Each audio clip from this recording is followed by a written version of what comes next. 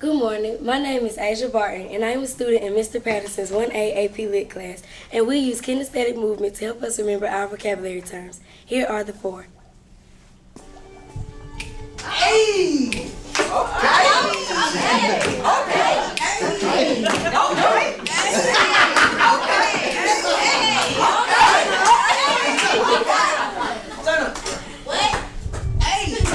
You got there no more the trash.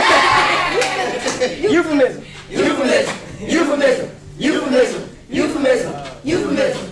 A nice way of saying something spicy. A nice way of saying something spicy. Louder. Spicy. Louder. Spicy. Example. I ain't saying shit, go, nigga. Okay. She ain't got some no bro. Alliteration. Alliteration. Ration. Alliteration. Peter Piper. Peck. A what? A peck. A pickle. A pickle. Alliteration. Alliteration.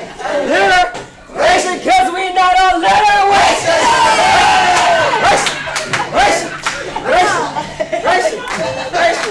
Ration. Understatement. Understatement.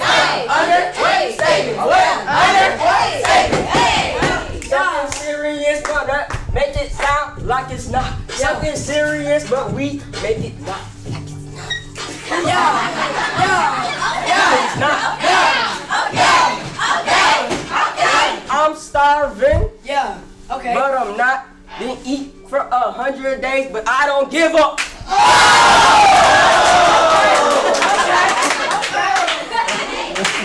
Bars. Hyperbole.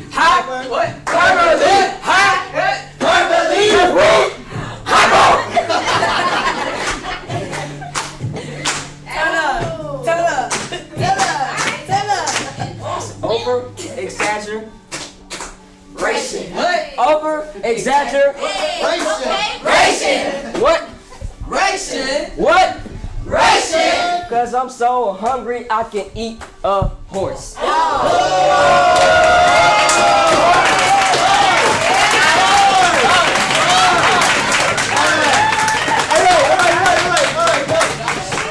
Let's take a moment, right? Let's go ahead and that was awesome. That was awesome. So look, all right. So at this point, we're going to switch the modalities. We're going to go to journal entries. So let's talk about the journal entries, right? You have to go up for me, right? The journal entries. Tell me, how do we get these journals? Who remembers?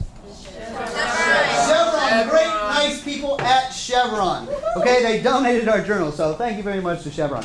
So, who wants to go first? Bad news, green. Let's go, buddy. Let's go. I love these. Alright. This is a story called Fight Owens Fight. Once upon a time. Hold on, pause. What's the story name? Fight Owens Fight. Fight Owens Fight. All right, so, Chisholm, what do you think the story's going to be about? Well, from the title, it says from fighting, so probably something with action. Yeah, I agree. So we're talking about an action genre. Start us off. Once upon a time, there were two friends that lived in Canada, Kevin and Sammy. Kevin had a wife and two children, while Sammy lived alone. Both friends were professional boxers. Sammy had pulled some strings to get Kevin a contract at the WBE, World Boxing Entertainment. Kevin was set to open up the next pay-per-view against C.J. Parker. Kevin was easily able to defeat C.J., and he was anxiously waiting for the main event. It would be his best friend Sammy against the reigning, defending, undisputed WBE heavyweight champion of the world, Adrian Neville. After a hard-fought bout, Sammy finally was able to defeat Neville. The whole arena came out of their seats. The entirety of the roster, including Kevin, came out to congratulate Sammy on his victory. As Kevin helped Sammy out of the ring, Kevin threw Sammy back first into the ring apron. After Sammy got out of the hospital, he asked Kevin why he did what he did. Kevin responded by saying, "It was nothing personal, Sammy. I'm a prize fighter, and winning that belt means more money and a better life for my family." So the match was set, Kevin versus Sammy for the WBE championship. Since Sammy wasn't still 100% from Kevin's attack earlier, Sammy was unable to defend himself from Kevin very well. Kevin won the WBE championship from Sammy in convincing fashion. Sammy's injuries were so severe that doctors never allowed him to box again. All right. That's good. I'm sure there's a lesson there. All right, who's next? All right, Lori, let's go. Good morning, everyone. All right. Good morning. The phrase of the day was throwing in the towel. Today was amusing. Today's the day before Thanksgiving, so of course chaos arises. But somehow me doing my homework has completely upset Mother Bear, and I have become Marilyn the maid. I can say that I am a child of divorce. Sad, maybe. I'll miss the guy for sure. He was something new and the type of father figure that I've always wanted. So with him not being here on Turkey Day, it was a little depressing. What's even sadder than that is that my mother believes that it's being just the three of us would make her happy, even though she was complaining about being on her own. This is the type of person I don't want to be, and that's something that I loathe. I just don't understand the thought process. What I'm trying to say is I don't know what life is just yet. The resentment, the anxiety, the unhappiness. Life is too short and beautiful and too precious to be focusing about the little things. They don't matter even when the thoughts don't always go your way. Why entertain the demon within you? No, you only know what it is to see your own downfall. Be who you are and be full of life. Don't subject yourself to the trash that lies around you. Only you know what lies within. Yeah, hey, that's really, really good. Yeah, that's really, really good. Thank you. I appreciate you sharing that. One of the reasons I really like that, I thought, it allowed us to see kind of the inside of your emotions, which is always the hardest thing to share, but it's always the most emotionally moving. So thank you. I appreciate you taking that chance. Who's next, guys?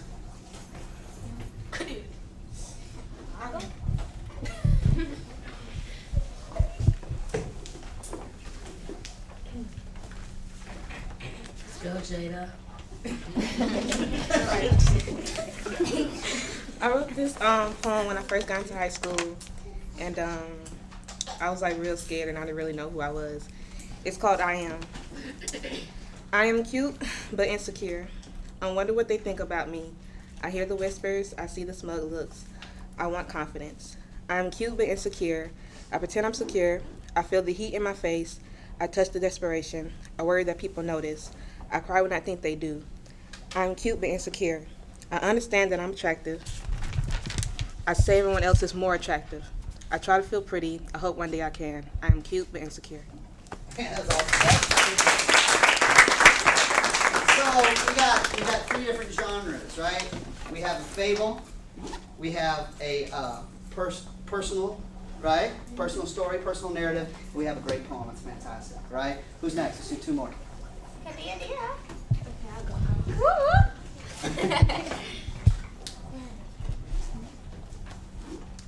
In today's society, specifically teens, I noticed that no one wants to be different anymore. Everyone wants to fit in the crowd and follow the trends. People are categorized into groups depending on clothing, intelligence, and etc. I wonder what is so wrong with being different. I actually think it's a good thing. Everyone has their own set definition. That's why God created us with different appearances. We are all unique in our own way. If no one accepts you for you, then forget them. They're not worth your presence anyways. Being yourself shouldn't be something that is downgraded.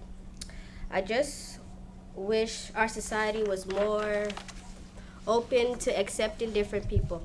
Learn how to branch out and meet people who don't look like you or act like you. That's it. All right. Good. You want to close this off? Thanks. Can I just do the same one I did the other day? What are you talking about? Let's go. All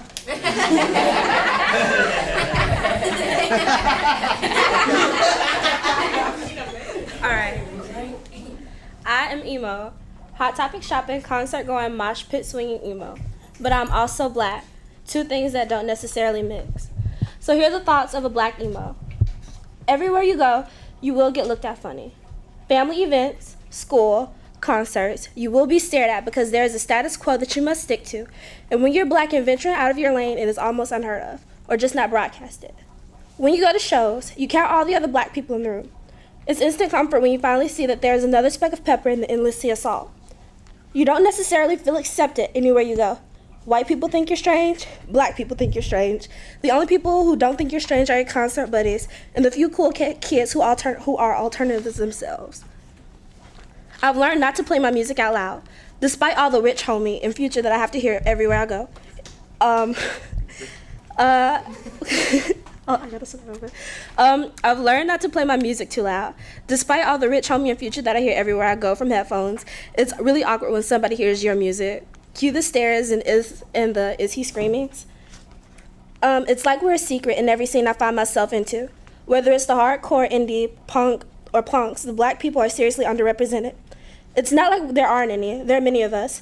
I just wish that it wasn't such a stigma surrounding us. And what isn't considered for us to do, what is and isn't considered normal for us to do. We should occupy any and all spaces so that in the future, little black emo kids can go to concerts, to shows, or anywhere and feel like they have a place. All right. Perfect. All right, yo. So look, we're going to switch some modalities right here. We're going to get into the Socratic Seminar. Let's go, guys. Come on.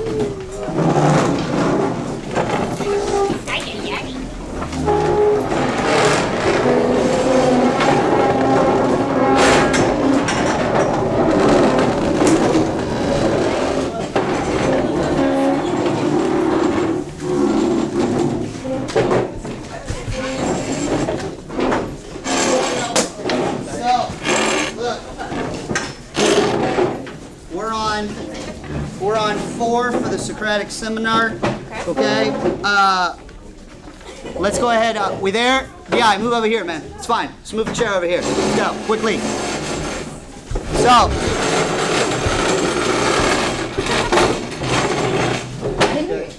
Yeah. Louder. All right. So look. Take a deep breath. Okay. Let's get ourselves right again. We're at 4. Let's see. Chinism, you got the questions in front of you? Perfect, now we got them. All right. Read number 4 for me, would you? In 1937, Richard Wright revealed the eyes were watching God and wrote, "This scenario sweeps of her novels carries no theme, no message, no thought. In the main, her novel is not addressed to the Negro, but to a white audience whose chauvinistic taste she knows how to satisfy. In particular, Wright objected to the novel's discussion to race and to use black dialect. One might Wright have objected to the eyes were watching God. Do you agree to disagree? Wright's interpretation of the novel." Perfect, thank you, Chinism. Look, okay? Right now I want to make sure we're all on this. All right? Here's what I don't want you to do. Don't just read what you have written, okay? I want this to be an organic idea. Make sense? Okay? Yo, so Richard Wright, one of the great sentence writers, okay, says he objects to the novel's discussion of race and the use of black dialect. This is what we're going to answer first. 2 parts. Number 1, why might Wright have objected to their eyes were watching God? Right? Mm-hmm. Why object to it? Part 1. Part 2, do you agree or disagree? Does that make sense? Yeah. You with us? Yeah. All right, who wants to start us off? They're not. For why he might not like the book. When I was reading the book, I saw like how they stereotype blacks as being unintelligent, mostly farmers, couldn't even read or write. And this happened in 1937 where black were trying to create a sense of pride for themselves. So I'm thinking that when this book came out, the whites actually viewed this book and they thought this is how blacks act, and they used this to justify why they treat blacks, and Richard Wright didn't like that. Interesting. All right, so that's a pretty strong statement. D.I., you're up. Yeah, so I want to go deeper about what Diurno said. More so, I would think he rejected the book due to it was treating black men, like it was stereotyping black men. And in my mind, I would say the only reason for him to reject the book was for him actually being the Joe Starks type of guy. Okay. Right, so that's really interesting, actually. Yeah. I haven't considered that. Right. All right. Look at us. Right. So why is he Joe Starks? We don't know if he's Joe Starks. Right. I see it as because the book wasn't. It was. You could say it was indirectly stereotyping black men. Okay. Because it wasn't directly stereotyping black men, but from his point of view, it could be one of them type of. Well, I'm gonna defend Joe Starks type of guy because he's see himself as a Joestar type of guy, and probably don't even I see what you're think of it as a problem. All right, so like, does everybody hear what he's saying there? Because this is really, truly interesting. Okay, this is interesting. So basically, you're saying Richard Wright wants Joe Starks to inherit, right? Right? That's what you're saying. Richard Wright wants Joe Starks to inherit. So when Joe Starks doesn't win, Richard Wright says it's a failure for the whole race, and we shouldn't put that guy forward. That is really interesting, actually. Wow. Right? I'm impressed, man. That's very good. All right, who else? Help us out. I kind of want to like kind of rebuttal Please. what Di said, because in my when I saw the statement, I saw it as a men versus women standpoint. Like I feel like Jordan Hurston kind of blew the cap on the whole man's intellect. So like when you've exposed how a man really feel, then they're like, oh well, I don't like this book because now you're telling us how we should feel and how I should be. So I felt like when the critic said that, I felt like he was kind of like offended in a way, because I don't think he's more like Joe Starks, but I feel like he's more of who's name Killix. Like he's more of a Killix in my opinion, because he's more of, he's more of like a person that would want like a woman to be like building up with him, but doesn't like see her like the value of her. Because in my opinion, this book was amazing. So for him to like go against it, be like, well, I didn't like it. Well, yeah, that's what I'm saying. Like you don't like because of the men stereotype. That it just questions like your motives as to who you are as a person versus, you know, the actuality of the book. Okay, so this is rich, actually. I really like this. Somebody else, come on. What do we got? Like this is a really, really interesting idea here, okay? Because we're going to the heart of it, right? And here's what the question is, all right? In every community, whenever you're doing an authentic representation of the community, some people say, oh, that's not for publication. That's not for anybody else. That's for us to know, right? And I think ultimately that's what this conversation is structured around, okay? Should we show all of our warts to the larger world? Make sense? Yeah. Right? Does that make sense? Yo, Juju, what do you think? I personally think that I was picking back on like he was saying about the Negro and stuff like that. The book is based on Negro. I was saying that it's kind of is, but it's like it's a situation for everybody. Like everybody goes through certain situations. So for him to say that is, you know, the stereotype is just on Negro and stuff like that, that's not true. But other than like back then with the blacks financial issues and stuff like that, like blacks had to come up from something, but white people had things already in hand. So I wouldn't say that, you know, it was necessarily just a Negro book. So it's not just one, right? It's actually, this is a archetype for all things. Is that what I'm hearing? Good. Kelsey, what do you think? I disagree with him. He said that the book had no theme, no message, no thought, because it's speaking on, like Juju said, troubles and situations that people go through every day, not just Negroes, but white people too. Like, it's the same situation, we're just different people. We're all the same people, actually, just different colors.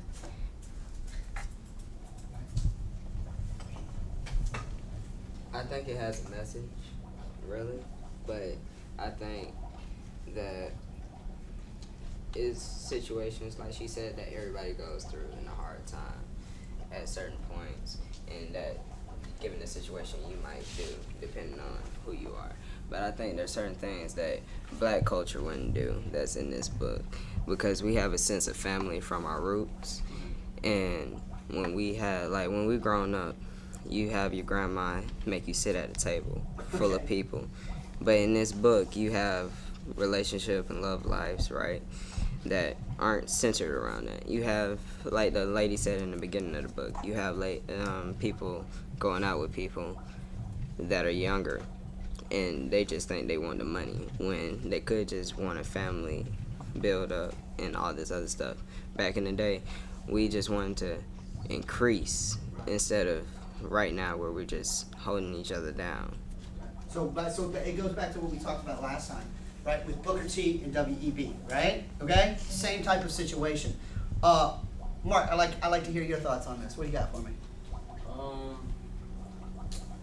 I believe the way I look at it as, I think he doesn't like it. I think we could say that I agree with Lori as far as I think it's like he could be the type of guy who encourages, like, he might relate to, like, Logan Killick's, in which, like, the book is more of, like, from Jamie's standpoint, in which that maybe he was more of, like, a Killick's, or, like D.I. said, a Starks, and, like, where he didn't really agree upon how he was represented, and it wasn't the way that he wanted to go at the end. It never succeeded in those characters' point of views. That's how I feel about it.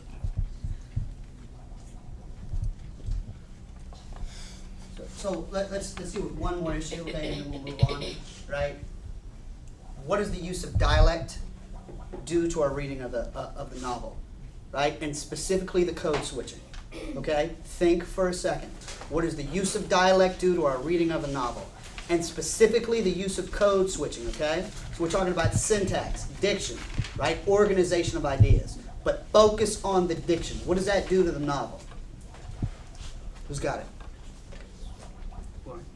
I said it gives it emotion, like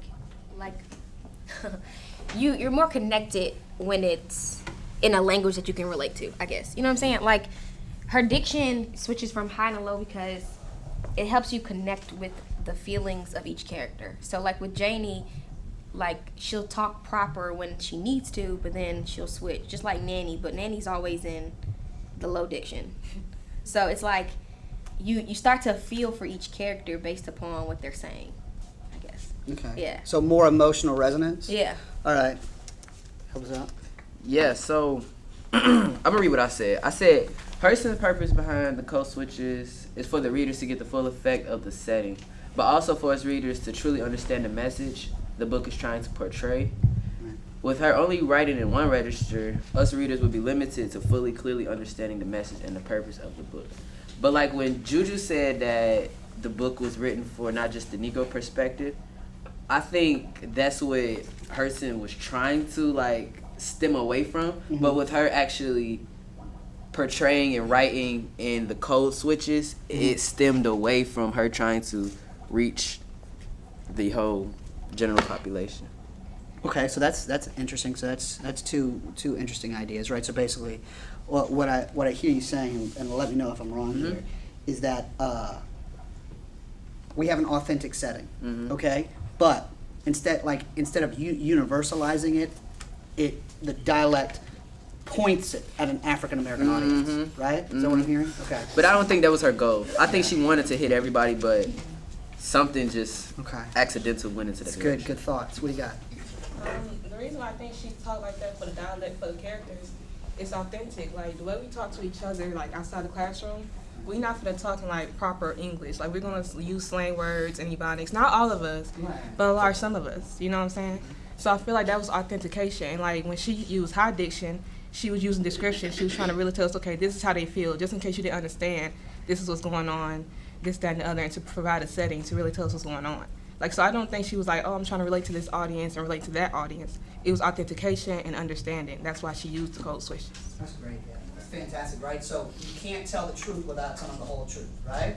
Okay? So if we want to talk about what's happening in the halls at Banneker, that's a different type of situation, isn't it? Right? We got to tell the whole truth, don't we? Right? You know what I'm saying? Right? That's not a PG-related type of situation. All right, yo, let's do two more. I was just gonna say that like she was saying, the authentic or whatever voice and language is basically is picking back on how black people talk. Like who is talking? Black people. You know, white people are not gonna talk like that. So it's just black people. But is what I'm just saying that it's just it's not just Negro. It's just not just a Negro book, but it's just the authentic language is just who it is, black people. Basically, what I was saying. Nice, yeah. I'm gonna piggyback off what Di said a little bit. I think she uses her high diction when she's trying to make the book universal, because the book isn't just for black people, for black and white people. So when she's trying to universally get around to everyone, she can use her high diction. But I believe she uses her low diction when she's trying to make the book a little amusing and relatable to people, and people can understand what she's saying, or they just can see where she's coming from. Or for people that don't know about it, they can get the black perspective or the black lifestyle, how they do this and how they do that. That's great. Yo, I'm so proud of y'all. I'm so proud of y'all. Like really, like I can't express that. I mean, it's awesome to watch y'all think, right? And I do this for free, guys. I would. This is amazing, This is amazing work, right? Like, and outside of the camera and everything else, what I want you guys to do, and we can stop, right?